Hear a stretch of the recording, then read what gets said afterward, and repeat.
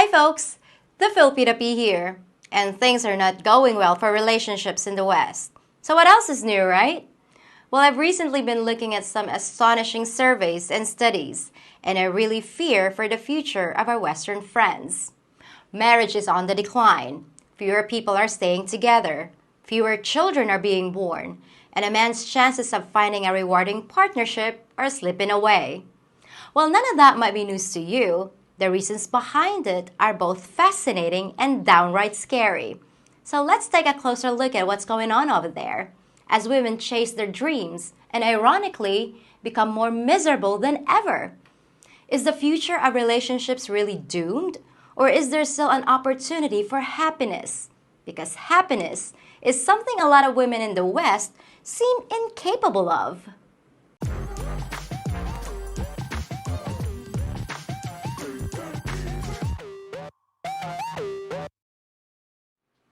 According to a study by Yale University called The Paradox of Declining Female Happiness, women's overall happiness was always greater than the average man's until the 1970s, when their happiness levels began to erode compared to their male counterparts. Then in the 90s, for the first time since data has been collected, women are now far less happy than men, and the gap continues to grow. But why? Today's Western women have more advantages than just about anyone on the planet. They have top-of-the-line education, or so they think. They have access to just about any goods and services in existence, and they have the money to pay for it themselves. So what's the problem now? Could it be an abundance of choices coupled with less accountability for their actions that have combined to create a toxic mess? A big brother government that caters to their every whim? A culture that tells them that they deserve everything under the sun and more? Or is it something less complicated, like you men are still not giving them what they want? Well, let's find out what they want. Maybe it's something really reasonable. First, we have a study from OkCupid, which discovered that women found 80% of men either unattractive or below average. Now just think about that for a sec.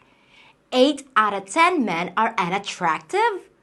You'd think that'd be closer to 50%, but oh no, they only want the top 20 percentile. So what are the rest of you guys supposed to do? And what is it that the women are complaining about? Facial disfigurements or a potbelly the size of Texas? Well, let's take a look at another surprising survey. Men and women were asked if they got 80% of everything they want in their ideal mate, would they be happy with that? Women said, no, that's settling. And men said, 80%, I'd be thrilled, that's a catch. What are women too picky about here? Men and women were asked what would be a deal breaker for going on a second date. And men named 3 things. She has to be cute enough. She doesn't have to look like Angelina Jolie. She just has to be cute enough. She has to be warm and kind. And she has to be interesting to talk to. Really valid criteria. Ding, ding, ding, ding, ding. Pretty simple. Right. Okay, reasonable, right? The women came back with 300 things that would rule out a guy for a second date. And we're talking about like another 2 hours and maybe a free dinner. And there were things like he wore a brown belt with black shoes. Or we were having a really good time and I thought he was cute and he was interesting, but then he did this Austin Powers impression and I just can't get that out of my mind and I can't go out with him again. So let me get this straight. 80% of guys would be thrilled to find a woman who was cute, kind, and fun to talk to. But Western women thought that only getting 80% of what they wanted would be settling. And you'll be disqualified from the dating pool if you're wearing the wrong color belt. Now, I've said it before, but you guys are so screwed. Apparently, they've been told that every one of them deserves a flawless man to complement their own perfection. And that means that men with a few dings and dents get left in the dust. So what does all this mean for the future of relationships over there? Well, one of the obvious effects is a dramatically falling birth rate. In the US, the number of births has fallen by 23% since 2007, which in the long run is a societal dead end. Is that because men no longer want offspring? Or is it because women don't want to interrupt their careers? No matter the reason, it's an unsustainable path for any country. But I'm not seeing much concern about the problem from people who are more interested in themselves. And there doesn't seem to be any end in sight, because according to a happiness expert in an article from The Guardian, unmarried and childless women report being the happiest subgroup in the entire population. Now, I'm not sure how that can be true if females are also reporting a steep decline in their overall satisfaction levels. So maybe some women are just kidding themselves. You gotta love that cognitive dissonance. But regardless, the message being broadcast to the ladies is clear. You don't need no man. Now, I could do a whole series of videos about who I think's really behind all this, but that'd get into politics, which is something I won't do yet. The effect of all this is downright scary, as new data suggests that by 2030, just 6 years from now, 45% of women will be single. Yep, almost half. And of course, that'll have an effect on you men as well. So what's the answer? Swear off women altogether? Go to the gym and improve yourself so you can be one of the lucky 20%? Try harder to be what women want so you can make them happy again? Well, I ran across an interesting channel called The Happy Wife School by a woman who talks a lot of sense and gives some really great advice. She's only got about 39,000 subscribers, but I really think she deserves a lot more. Let's see what she has to say. You are not the source of your wife's unhappiness, and that there is nothing you can do or stop doing that will make her happy. Nothing that you hear in marriage counseling, nothing that she asks you to read, not speaking speaking her love language, writing love notes to her, making her feel important, doing special things for her. None of those things will make your wife happy, because she is unhappy in herself, and she is the only solution to her unhappiness. And if you try to do the things you think will make her happy, she will resent it, find fault in it, and it won't be enough, and she'll find all the other things that she thinks you need to do to make her happy. So good men have to retire from trying to make your wife happy, and retire from throwing your actions and feelings into an empty bucket with holes. So the message I got from this is that there's really nothing you can do about making Western women happy. Their misery is on them. I'm not surprised to hear that, because I have to admit, when I look at the lives many of them lead over there in prosperous countries, I have no clue what they're complaining about. But that still doesn't solve your problem, which is an issue of supply and demand. If there are fewer Western women looking for men, then the women that are looking for partners think that they can be as picky as they want and hold out for the perfect guy. To them, it's a buyer's market. The result of that is a culture of women who disqualify a guy for owning an older model car or having an unpopular political view. And part of that is human nature. I mean, let's reverse the situation. Let's say you lived in a society where there was an overabundance of women looking for relationships. They didn't need six-packs and six figures. They were just happy to find a good man who loved them.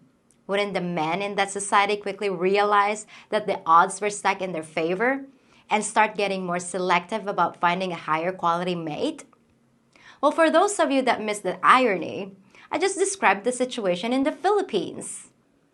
Your available pool of women interested in marriage and relationships is shrinking rapidly, but ours is not. We still view marriage as the gold standard and the ultimate model of success. Now, just from the time I spent in the West, I know there are some good women over there who still have their heads screwed on straight and still value a traditional relationship. I'm also fully aware that there are plenty of Filipinas who'd strip the meat off you like a piranha. But we're talking about averages here, the forces that motivate the average woman in each society. It really irks me when I read comments that say, all women are the same, because no, in many ways, we're not. Our basic hardware is the same, but our software can be very different because of cultural influences. And that's what makes your average Filipina different from your average Western woman. Both of us have the same basic needs, but the things we require to make us happy couldn't be more different. All women have a tendency toward hypergamy, But that just means marrying up, choosing someone who's in a better position than we are. It doesn't mean dropping a man every time a bigger fish swims by. Western women may do that, but the majority of Filipinas recognize a good thing when they see it. It's all about meeting a threshold for security. If you think women just want stacks of money, and whoever has the tallest stack wins, then you've got a very distorted view of what's actually going on here. But given what many of you have been through, I can certainly understand why you might think that's the case. Now, if you're one of those guys that truly believes that all women are scheming, conniving, heartless liars, then that's what you're liable to find. For everyone's sake, please just stay where you are. You'd only be bringing the Western poison with you. But if you believe that men and women were meant to be together, and that there are ladies whose only dream is to be a loving and faithful wife, then you're welcome here, and you'll have pretty good odds of finding what you're looking for. As far as me personally, I look forward to being a traditional housewife or a trad wife. I want someone to share my life with, someone who snuggles up against me at night, who literally has my back. I'm happy to take care of the house, and one of my greatest joys will be putting good food on the table when my husband comes home from work. And you'll find that I'm not the only one. There are plenty of Filipinas looking for the same thing. Now, I understand that some people don't crave those things, and more power to them. But I can't help believing that the vast majority of people not only want, but need that kind of connection. And what's the alternative? Having a few years of thrilling one-night stands and hanging out with friends at the club? And then what? The majority of a woman's life will not be spent in a hot body with men falling all over themselves to open the door for her. All too soon, the time will come when she's sitting alone and staring out the window with no one who gives a damn about her. That may sound good to a Western woman, but Filipinos think we have a different purpose. A purpose that involves a man in our lives. Yes, sometimes we can be jealous, hot-blooded, irrational, and even childish. But if you get a good one, we can be the most loyal and wonderful companion you can imagine. And we know how to be happy. So if you ever get tired of being surrounded by women who are constantly miserable no matter what you do, just remember that there are plenty of women over here who'd love to have you by our side. Well, that's it for this episode. And the next time you see me, I'll be wearing a Santa costume. Yep, it's that time again. And this year's Christmas special is gonna be the best one yet. Count on it. See you on Friday.